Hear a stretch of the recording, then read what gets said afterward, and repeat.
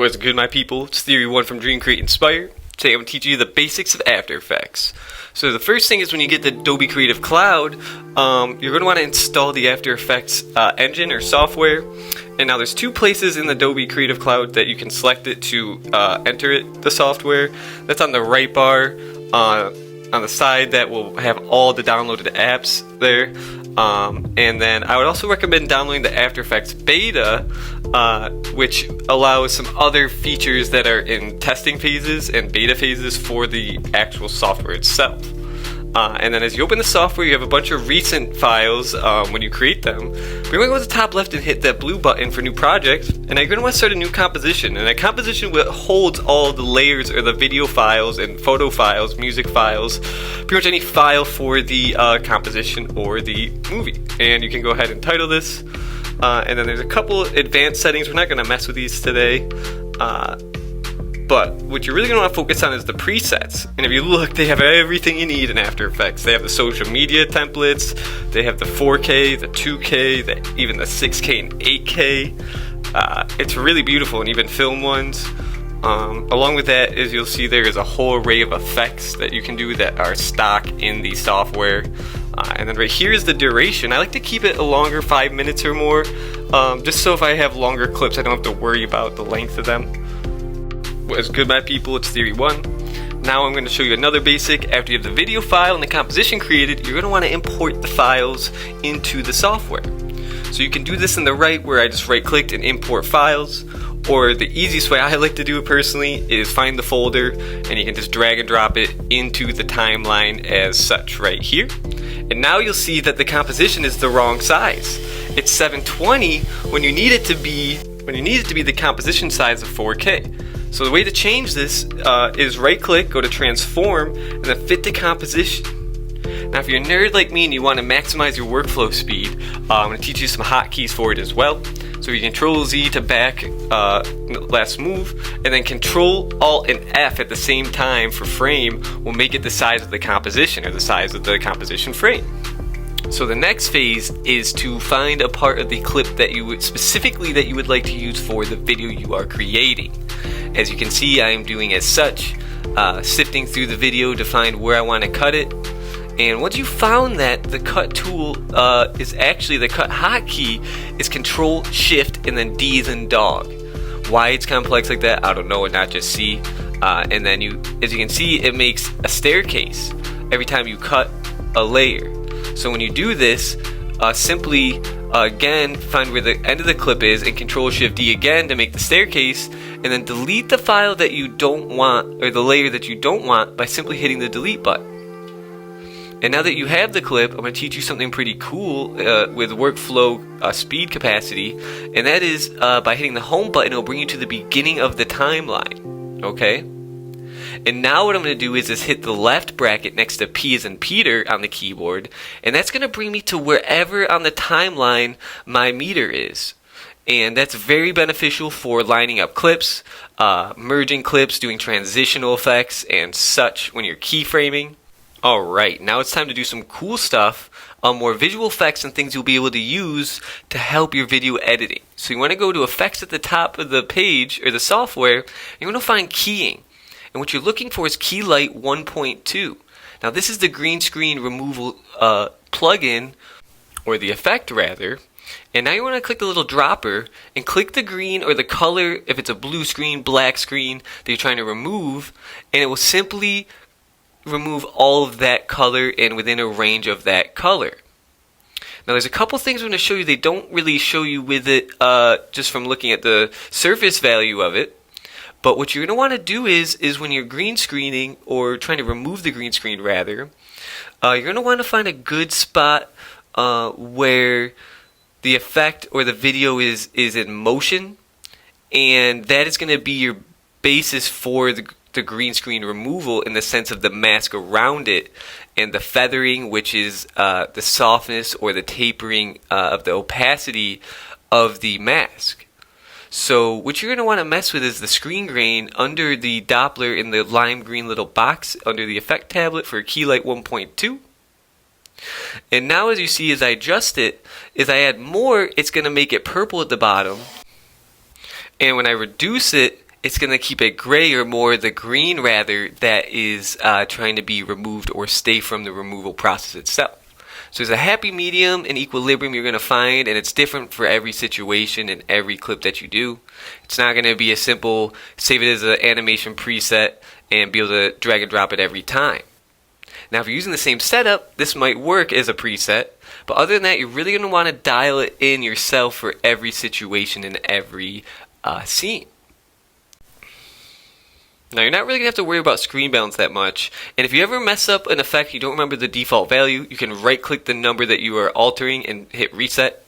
And now bias is actually, as it sounds, being biased to a color that it's going to allow through the key light color removal.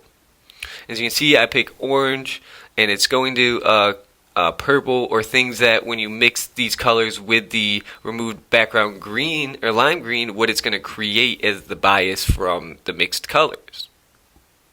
Alright? And screen blur is pretty much the feather, like I was talking earlier, or the blur around the edges of the mask itself in the green screen removal. Now that you have your video file or layer green screened, what you're going to want to do is probably add a couple effects to it, right? So I'm going to pick a random effect through here. There's so many of them, sometimes I forget, but I have looked through every single one of these effects and dialed in and tried at least every single one of these. I like this cartoon one.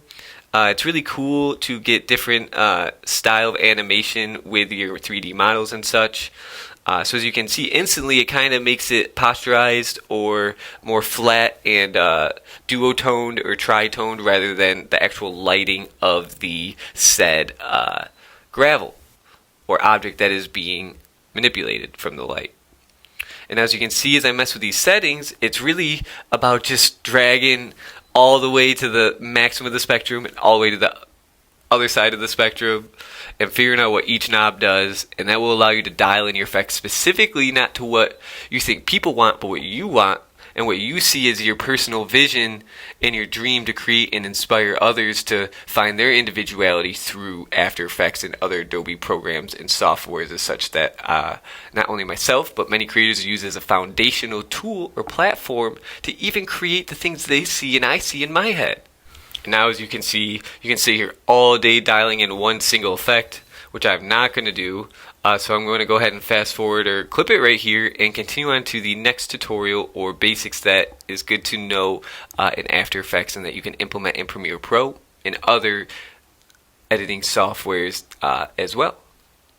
So the next basic I'm going to teach you in After Effects is how to reverse a clip and also duplicate. So to duplicate a clip, you select the layer you want to duplicate and simply hit Ctrl plus D as in dog.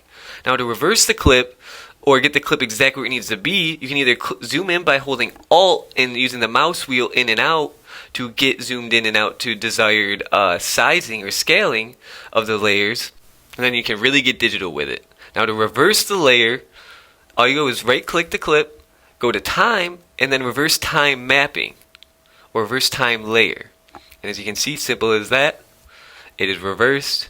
If you have it lined up like I do, one clip directly after the next with the reverse, it will reverse and loop perfectly for you. And now what I'm going to do is duplicate this clip by doing Control D as in dog. And as you can see, I use the bracket tool next to P as in Peter on the keyboard to bring that selected clip right to where on the timeline my marker was, which is the end of the first clip. As you can see, I'm doing it once again in order to show you the ease and where to press just in case you missed it the first time. Again, don't forget to like, comment, and subscribe. And if you need to reverse, back up, pause these videos at any time. Do not be afraid. That is learning. And don't be afraid to learn. And now what I'm going to show you is if you mess up or somehow the composition changes, you can switch it at any time in the composition setting up at the top of the menu. And then going to composition settings, as you can see, this is exactly the menu when you created the file and the composition to start the timeline in the video sequences. Okay, so this can be changed. This is good for changing the duration, because if you have a longer clip and it's longer than the timeline at the time, you can go ahead and switch that. So the next thing I'm going to show you is how to get a still frame for possible masking transitions or cool music video transitions or effects that you may see where they freeze it and then affect the photo and then it swooshes off of the screen or something. So find the desired place where you on the layer or the video file in the timeline in which you want to get the still capture of.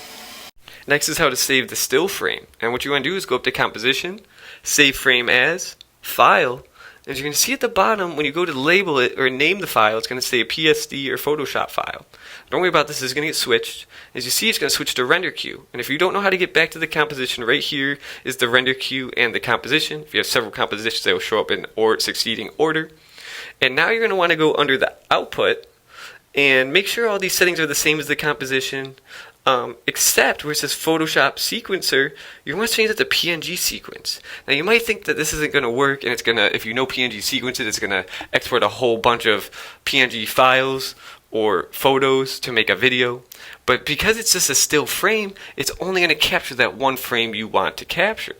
And that's what's so cool about this still frame, to be able to make cool transitions for music videos and such. And then go ahead and hit render at the right of the screen of the software there. There you have it. It's instant. It's one frame. It's going to save to where you output it.